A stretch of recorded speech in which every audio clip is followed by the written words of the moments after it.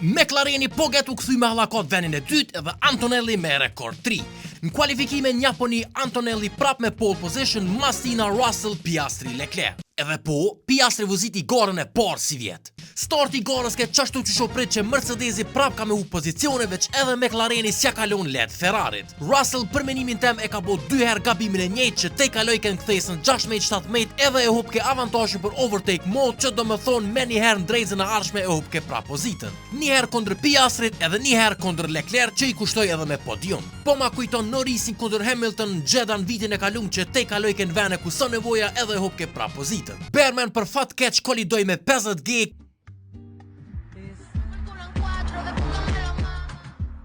Kjo nëzër safety car edhe undru loja komplet. Antonelli hinin bokse pa pare e Russell pati pak parandeshës edhe në vërzoj fort. Unbelievable! Antonelli filloi restartin perfekt edhe s'pat kur fartelashe për me fitu garën. Prej pole position i hupin start 5 vene edhe prap e fitoj garën. Përveç kësaj ka thy rekord si shoferi ma i ri në herë që është në vend të parë në championship. Masti Piastri me një garë shumë konstante edhe Leclerc në vend 3.